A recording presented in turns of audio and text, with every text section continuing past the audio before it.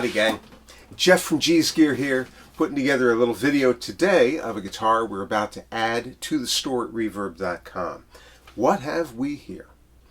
This is a Lyon and Healy Columbus Parlor guitar made somewhere between 1896 and 1915, and it is a delightful little thing. If you watch the videos we do, you see that I like to play a lot of jumbo-sized guitars. I like big guitars. But this is just a dainty little thing, and it's a parlor guitar. It's meant for playing in a small room. But it has a fairly big sound, and it has it's just got a lovely voice. It's had a lot of work done to it. It's an old-timer.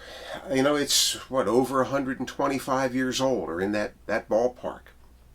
And so let's take a look at how the guitar is made and what work was done to it, and we'll play a couple things to demonstrate the sound of it. So Lyon and Healy was an enormous manufacturer of instruments in the very early 1900s. They're based in Chicago. To my knowledge, they are still in existence, but what they make now are harps. And I think that's the only thing they make.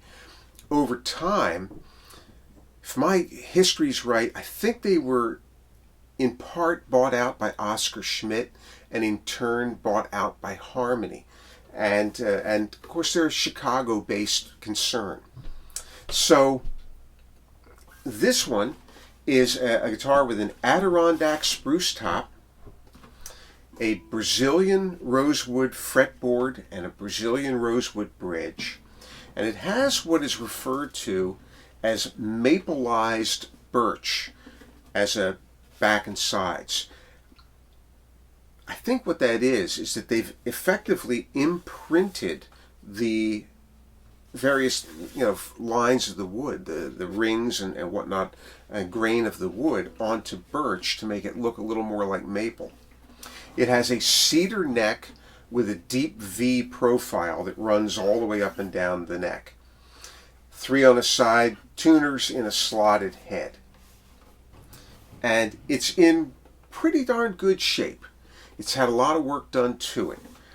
At some point in its history, it developed cracks here, 3 cracks at the back of the top of the guitar.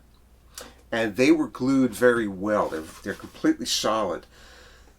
We got it and we fumbled around inside and we found that they had not cleated it on the inside. It's a very difficult place to reach to do that.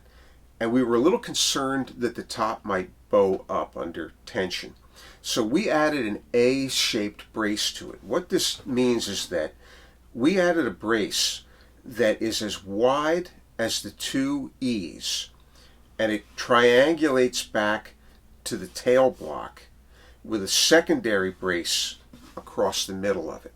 And that helps to strengthen the top here without making the top overly stiff so it doesn't really move. And that has solidified the top.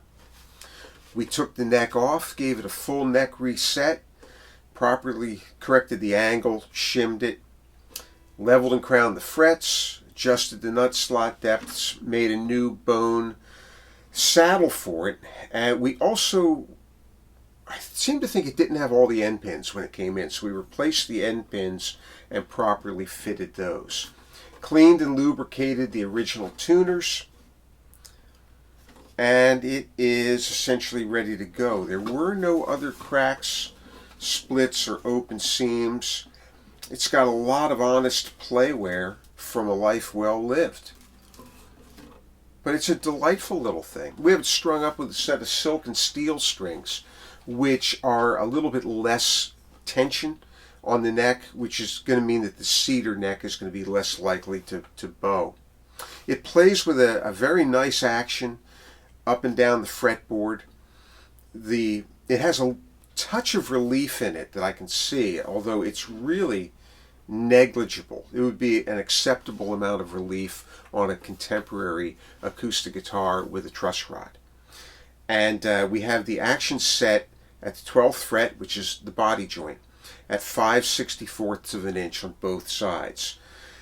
It's not buzzing or fretting out. You could theoretically lower the action a little bit further. Not a whole lot further, but a little bit further. But it's really comfortable where it is. So let's play something with a flat pick. I think ultimately you're going to play this guitar primarily fingerstyle. I think it's going to shine that way. But let's hear it with a flat pick, and you see how the tone comes off of it.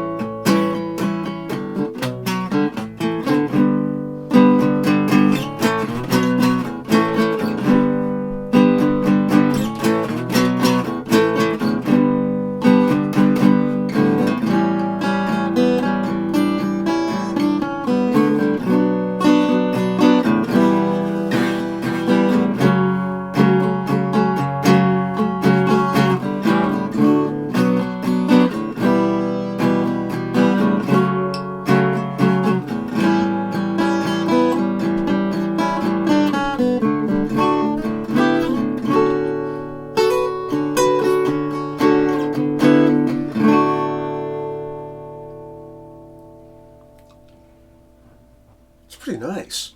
It's really pretty sweet. Personally, I'm not sure I could ever get used to such a small body on a guitar. I've been playing jumbo guitars for too long. But boy, this is really cute. It would make a great little travel guitar. And, you know, for playing in an office, for playing in a small room, wow. You know, that's what it was designed for, just for noodling around on the front porch on a summer afternoon. This thing is really nice. All right, so it's a Lyon Healy Columbus, made between 1896 and 1915. Adirondack spruce top, mapleized birch back and sides, cedar neck, Brazilian rosewood fretboard, Brazilian rosewood bridge.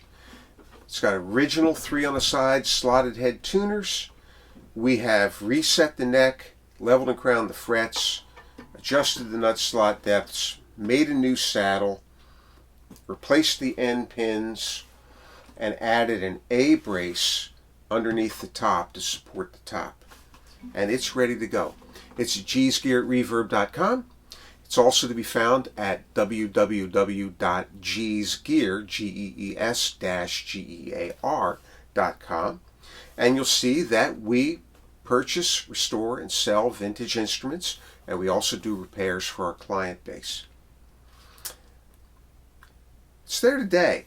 I don't know how long this one's going to last. We're going to put it at a pretty attractive price point, and these are really rather rare, and it's rare to get them in playing condition. All right, gang.